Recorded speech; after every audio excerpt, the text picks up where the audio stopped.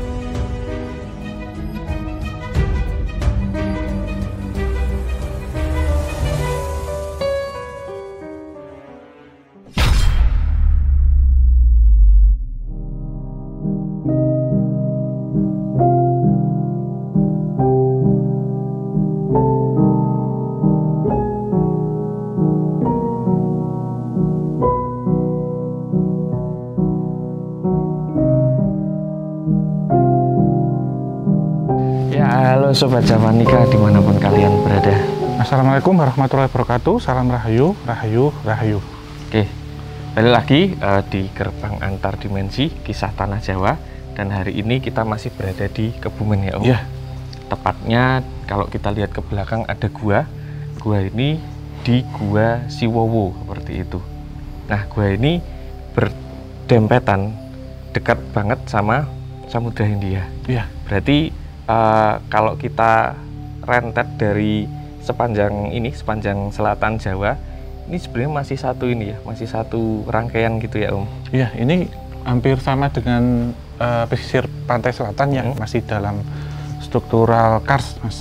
Jadi mulai dari sini Gunung Kapur tuh sampai Gunung Kidul, kemudian Wonogiri dan Pacitan, masih satu rangkaian, sehingga di sini ditemukan banyak gua secara kajian geologis. Dan juga ini kalau kita lihat selama jutaan miliar tahun yang lalu, di sini memang kalau kita lihat kan beberapa strukturnya kapur nih Mas. Selain itu juga berarti posisinya dulu sejajar dengan laut. Jadi ada pergerakan induksi ataupun subduksi ya Mas sebutnya, lipatan dan patahan, ya. Kemudian ada yang satu turun dan satu naik, sehingga terbentuklah seperti sekarang. Jadi memang masih ada beberapa susunan-susunan CO3 atau kapur yang itu berasal dari cangkang hewan-hewan laut pada waktu itu. Kemudian kembali ke gua tadi Om. Iya. Ini di belakang kita ini memang gua alami ya teman-teman, gua natural. Dan kalau kita lihat ukurannya ini cukup besar. Kalau di daerah Gunung Kidul namanya song ya, song atau luwang seperti itu. Mungkin kita bisa mendekat sekalian nanti kita ceritakan. Ya, nanti akan kita kulik ya di dalam ada seperti apa, karena ini timelinenya sangat panjang sekali.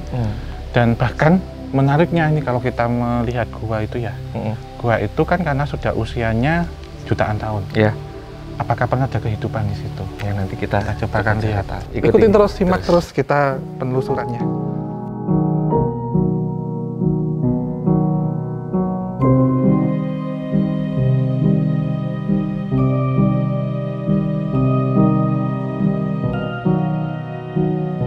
Oke, baik Sobat Javanika semuanya, kita sudah ada di dalam mulut gua yang ini didominasi stalaktit ya Om.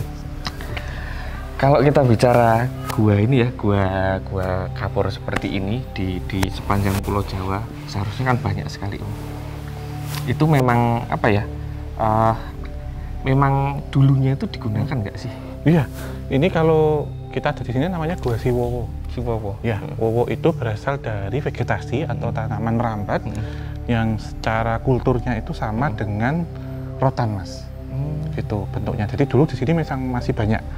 Dan kalau tadi berkaitan dengan itu ya yang ditanyakan Mas D mewakili Sobat Javanika semua, pasti gua itu selain digunakan untuk tempat-tempat tertentu, juga dipergunakan untuk tempat tinggal. Tetapi ini di era-era prasejarah atau di era-era purba. Timelinenya sampai ini jauh, iya jutaan tahun yang lalu. Jadi memang secara residual energi dan residual memori, saya pribadi ini Mas, saya merasakan transferan dari era prasejarah sekarang. Ya, dan posisi waktu itu tidak seperti ini karena ini mengalami bentukan-bentukan Mas. Dalam artian pergerakan lempeng bumi dan juga pergeseran tanah seperti itu. Karena kalau kita lihat struktur tanah yang ada di sini itu kan lebih gembur. Iya. Ya, berarti dahulu lebih dalam lagi. Oke. Lebih ke bawah Ada lagi. urukannya gitu ya Ya, sekarang. ya ada urukan karena berkaitan dengan proses selama jutaan tahun. Bisa saja angin yang masuk ke sini membawa material tanah ataupun pasir dari luar, sehingga menutup ini semua. Itu. Dan fungsi dari gua selain untuk tempat tinggal juga untuk tempat tirakat atau semedi juga. Ya. Kalau kita lihat ini konstruksi guanya ini kan banyak stalaktitnya. Kalau tadi kita ngomong, oh dulu ini lebih dalam dan sebagainya. Nah, stalaktit ini kan terbentuk dari ini, pasti ada air yang mengucur. Mungkin nggak sih dulunya di sini menurut Om Ho ada semacam mata air atau kanal atau mungkin danau bawah tanah? Ya, gitu. di sini pasti jelas ada, Mas. Karena kalau kita melihat secara susunan bebatuan dia kars itu pasti banyak rongga. Dan di situ ada beberapa kandungan-kandungan yang berasal dari muka air tanah, meresap, dan dari kandungan-kandungan itu sendiri melarutkan beberapa mineral-mineral yang terjadilah stalaktit. Dan kalau lawannya dari stalaktit ada stalagmit. Ya, ini pasti juga ada, tetapi karena proses ini sudah tertimbun, kemungkinan ada di bawah. Ya, nanti coba sambil kita Di cari ya, jalan siapa tahu masih ada. Ya. Karena kalau kita lihat ini ya, batu di sini ini masih lembab, Om. Iya, Nih. iya, kerasa. Ini. Dan ada yang masih menetes. Iya, ini kita airnya maksudnya, bukan batunya yang menetes. Di sebelah sana, dan ada yang berbentuk seperti tiang, biasanya Sobat Javanica, karena pertemuan dari stalaktit dan stalagmit. Membentuk seperti tiang itu bentuknya. Oke, yuk kita masuk lagi. Iya. Yuk teman-teman ikuti terus. Nah, ini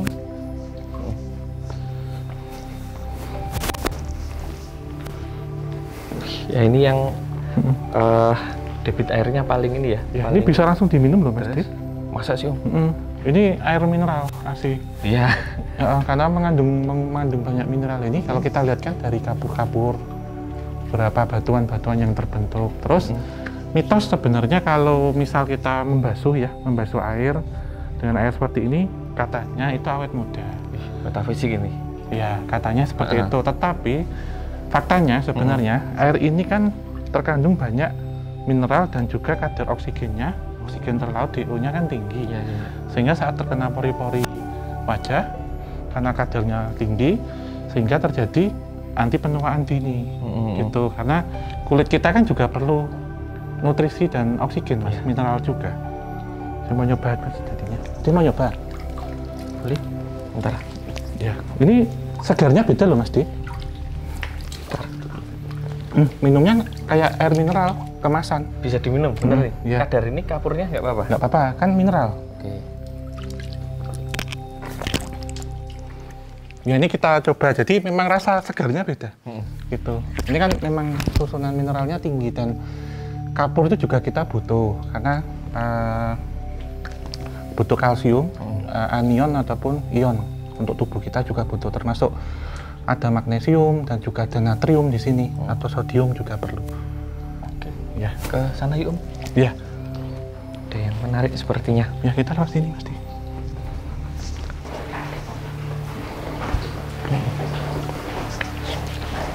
Nah, ini gambaran yang ditunjukkan ke saya ya, Mas Di ya. Ya. Di sebelah sini sih, Mas, ada seperti ceruk. Ini seperti ini. Dahulunya ya, manusia lampau kita sebutnya di era purbakala, di era purba ya, itu sering menggunakan ceruk-ceruk seperti ini itu untuk bersembunyi atau berteduh. Dari apa? Dari pertama dari ancaman alam waktu itu, dan yang kedua dari ancaman hewan buas. Ini saya nggak tahu tahunnya kapan, Mas, cuman vibrasi yang diberikan saat ini itu memang sudah jutaan tahun yang lalu, sudah lampau. Dan masih sangat sederhana sekali ya. Iya. Perabotan kemudian kehidupannya. Ini masih pindah-pindah orang-orangnya. Iya, modelnya nomaden, itu nomaden, ya. Dan memang untuk wilayah pesisir selatan itu memang ada waktu itu. Tetapi secara bukti arkeologis memang harus kita kaji lagi, karena beberapa ditemukan, contohnya di tepian Bengawan Solo, salah satu contohnya. Dan di gua-gua ini memang dipergunakan untuk itu. Bahkan manusia-manusia modern itu juga menggunakan, Mas. Salah satu contohnya nanti kita jalan ke sana, Coba kan kita lihat apa. Oke, boleh. Ya. Yuk teman-teman.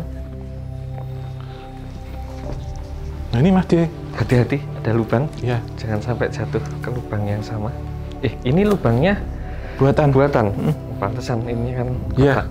Jadi ini kalau coba kita lihat ya secara residual energi dahulunya itu karena ini masuk menghadap posisinya dengan laut lepas samudra Hindia. Dan untuk daerah wilayah Purworejo waktu itu, kemudian Kebumen hingga Cilacap memang juga banyak tangsi-tangsi militer dari Belanda dan juga Jepang, Mas. Nippon. Karena kalau kita kaji lebih dalam ya, bahwasanya ada beberapa tangsi seperti benteng-benteng, salah satunya di Pulau Nusa Kambangan yang pernah kita ke sana ada benteng Klinker dan benteng Karangbolong. Ada juga benteng Pandam. Di Kebumen ini juga ada benteng Van der Wijk. Ya, dan saya menangkap beberapa orang-orang asing Eropa waktu itu datang ke sini, itu tujuannya untuk menetap di sini hanya untuk bersembunyi, berunding, dan juga memantau segala pergerakan yang ada di lepas pantai Samudra Hindia. Karena ngawekani atau jaga-jaga ketika serangan dari sekutu datang, itu Mas Di. Semacam pos gardu pandang gitu ya? Iya, iya. Dan mungkin Sobat Javanika bertanya-tanya ya, kalau seperti ini untuk apa? Untuk misal zaman dahulu jadi ada beberapa yang dipakai seperti ini ya. Ini contoh, maksudnya kita tidak merujuk ke sini, tapi beberapa contoh itu dipergunakan untuk keperluan nanti menyimpan logistik ya. Gitu. Jadi seperti contohnya harta rampasan perang, kemudian keperluan alustista, bahkan ada di beberapa tempat yang itu dipergunakan gas kampangannya Mas ya, harta karun. Gitu. Jadi ketika orang-orang peperangan itu kan pasti memerlukan biaya dan butuh saku ya. Dari negaranya saya dikasih itu. Kemudian ketika terjadi chaos, ketika terjadi pertempuran, tidak sempat, maka beberapa barang bawaannya itu dijajarin ya? Dan ditaruh di sini, contohnya. Terus biasanya nanti akan diikat ataupun akan dikunci itu dengan sosok astral yang dibawa. Biasanya sosoknya hewan reptil, yaitu ular. Nah kalau misalnya ini kita nggak tahu ya Om, di sini ada harta karun atau enggak. Iya. Ketika dicari sama orang hari ini seperti itu, bisa nggak tersembunyi seperti di Blora? Jadi kayaknya ada tapi dicari tidak ada ya? Nggak ada. Iya, bisa saja Mas. Pengaruh dari? Ya jadi gini Mas, ketika itu kan dengan metal detektor ya, di sini berarti ada logam yang terkandung. Logam itu bisa alutista, bisa di situ mesiu, granat, bahkan mortir. Tetapi juga ada logam-logam mulia. Bisa itu emas biasanya paling banyak, baik itu batangan atau bentuk perhiasan. Saat dicari itu kan secara gelombang untuk mencari mineral di situ pasti akan nyala metal detektornya. Tetapi saat coba untuk digali, karena di situ memang diselimuti atau dikelubungi dengan energi astral, metafisika, maka ini akan tersamurkan secara fisik. Jadi contohnya kayak misal kita kehilangan barang, misal kunci yang ada di meja, itu sebenarnya sosok astralnya cuma nutup gini Mas Di. Tetapi barangnya masih di sini. Karena ada pergeseran atau perbedaan secara metafisika atau fisik. Tapi ini menarik Om, kalau kita bicara hubungan manusia dengan dunia halus atau metafisik.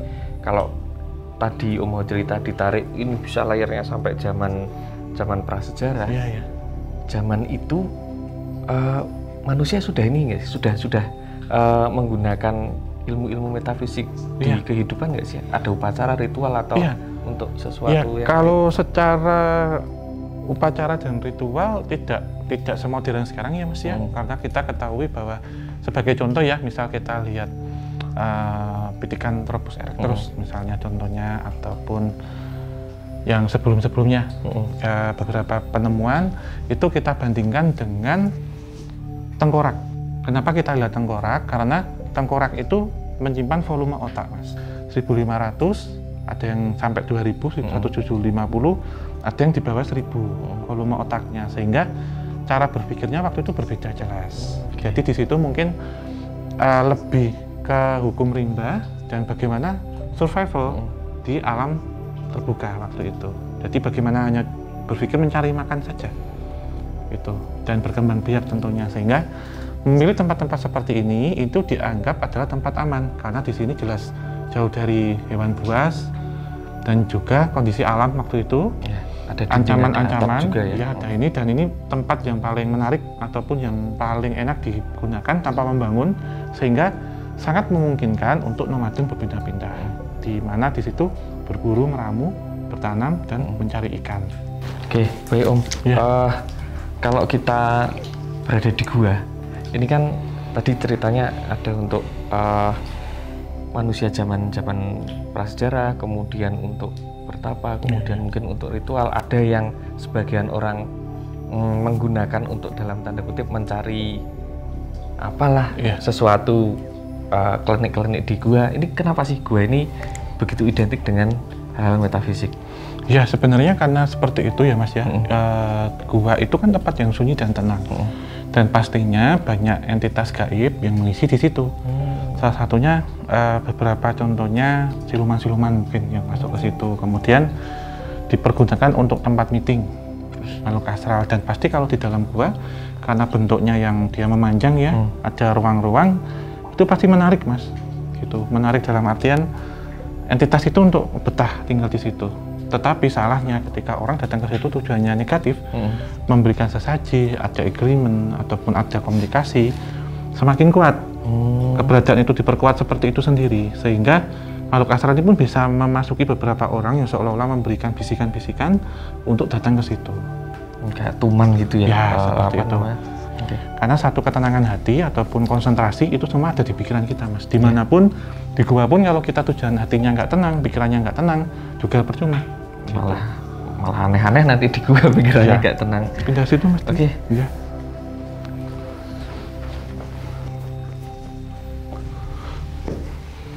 Ngomong-ngomong nih Mas, kalau laku meditasi itu ini ya, kita merasakan keheningannya gimana, dan secara untuk merecharge energi juga kita harus menempelkan diri dengan ground atau dengan tanah.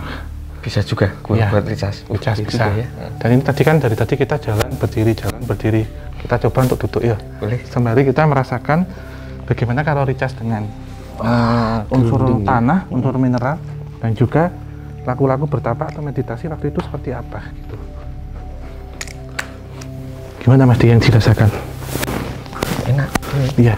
Atau kita coba Mas ini beberapa detik ya, nggak usah lama, maksimal 1 menit. Kita matikan, bagaimana kita merasakan vibrasi dan juga seperti energinya, biar kita lebih khusyuk dan lebih fokus.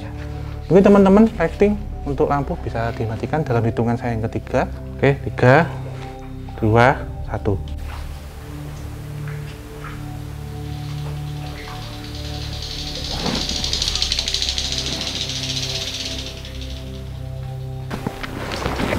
Gimana Mas apa yang dirasakan tadi? Ya, sebentar saja. Ya, jelas lebih tenang Om. Kemudian sensitivitas indera, terutama pendengaran ya, karena tadi gelap, ini jadi meningkat, bisa dengar suara air, suara ini, bahkan suara yang nggak ada di luar, di dalam kita tuh kayak kita tuh dengar kayak nafas apa, mungkin detak jantung dan sebagainya.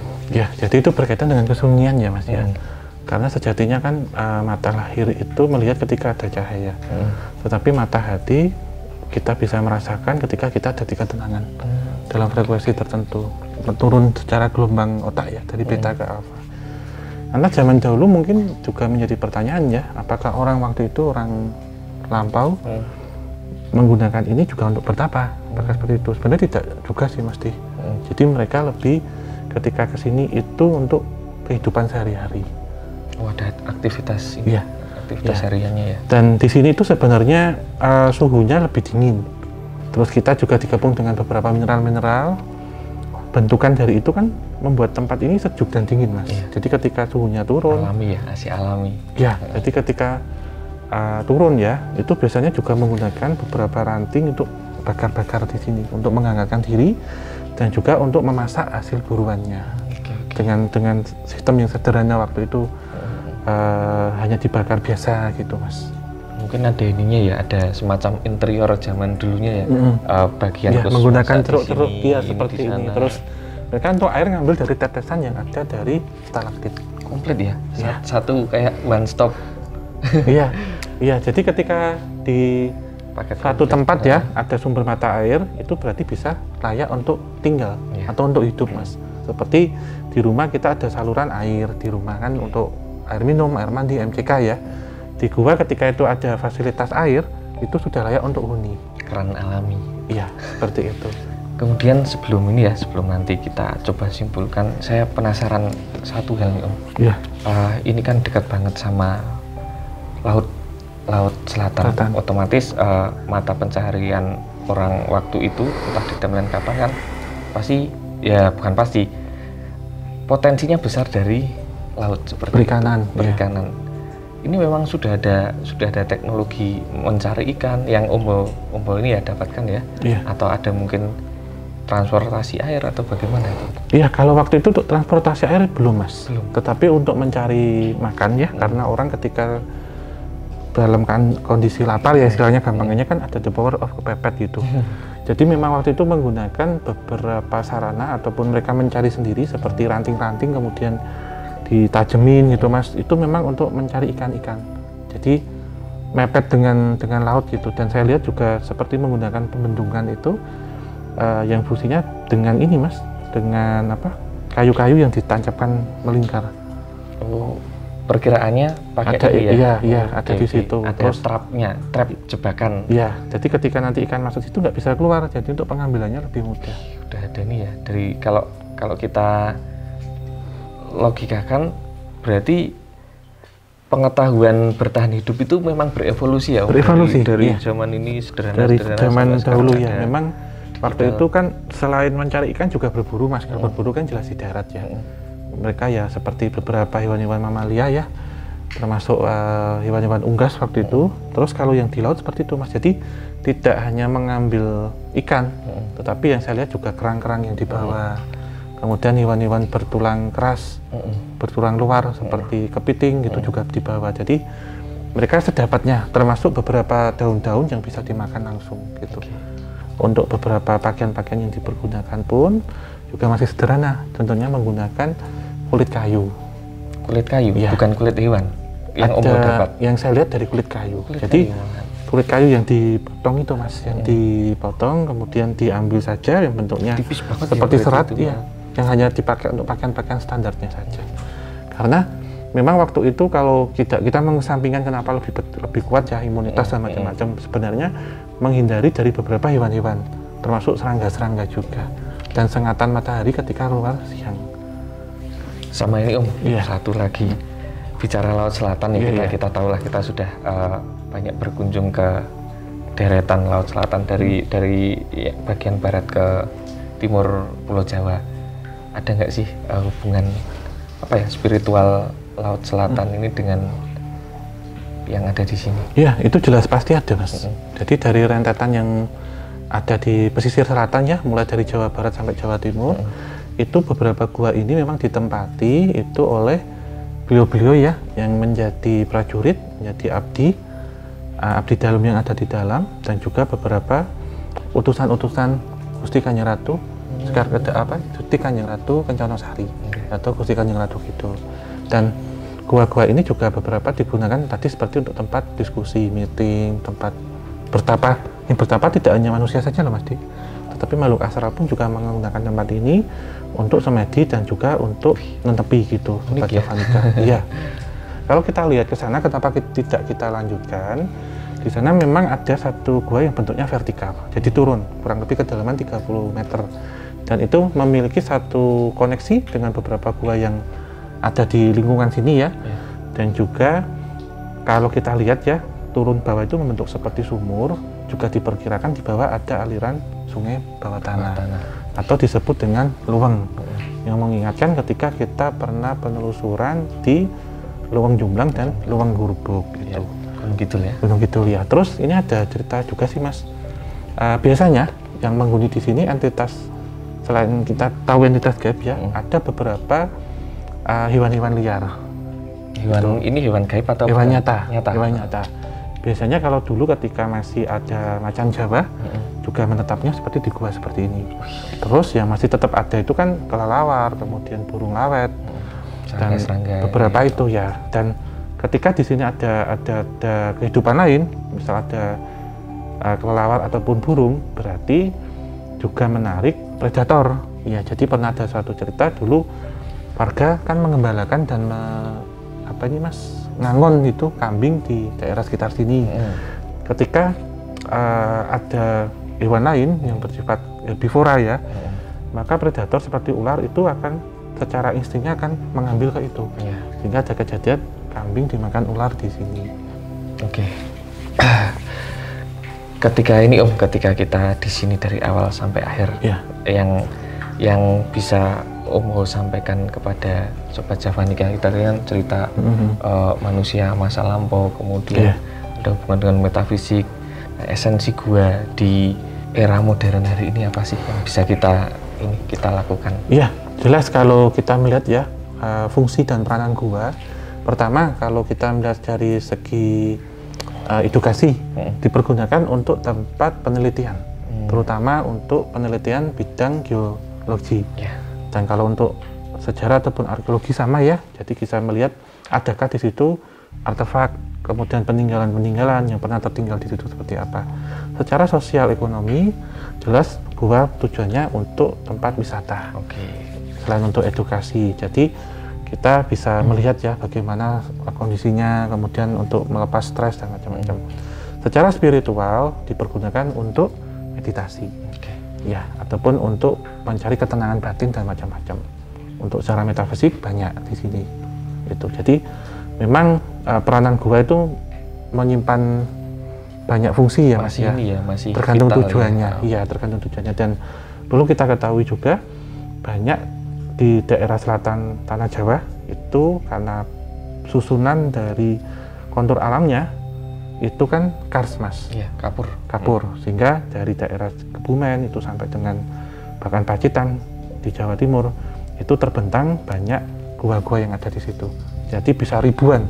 Kemudian kita juga mengapresiasi warga sekitar sini ya Om yang sudah menjaga tempat ini. Kalau kita lihat dari sana tadi kan bersih ya Om. Tempatnya memang di sini masih boleh dibilang jarang dijamah manusia sih. Karena tidak kita temukan bekas plastik, terus bakar-bakaran juga nggak ada, dupa atau apa nggak ada. Dan mungkin pesan buat teman-teman yang besok ketika tempat ini memang dibuka kembali setelah PPKM, tetap jaga lingkungan seperti itu, respect dengan sekitar sini, dengan lautnya, dengan guanya, dengan masyarakatnya seperti itu. Dan tentunya untuk tangan-tangan kreatif, tolong hindari vandalisme. Oke, akhir kata sebelum kita undur diri, selama kunjungan kita ke Kabupaten Kebumen, diucapkan terima kasih kepada Mas Bayu Aji ya selaku Dewan yang ada di Kabupaten Kebumen, dan yang kedua adalah pemerintah Pemda sudah memberikan kita izin, terus para warga ya yang pengelola wisata Pokdarwisnya. Ya.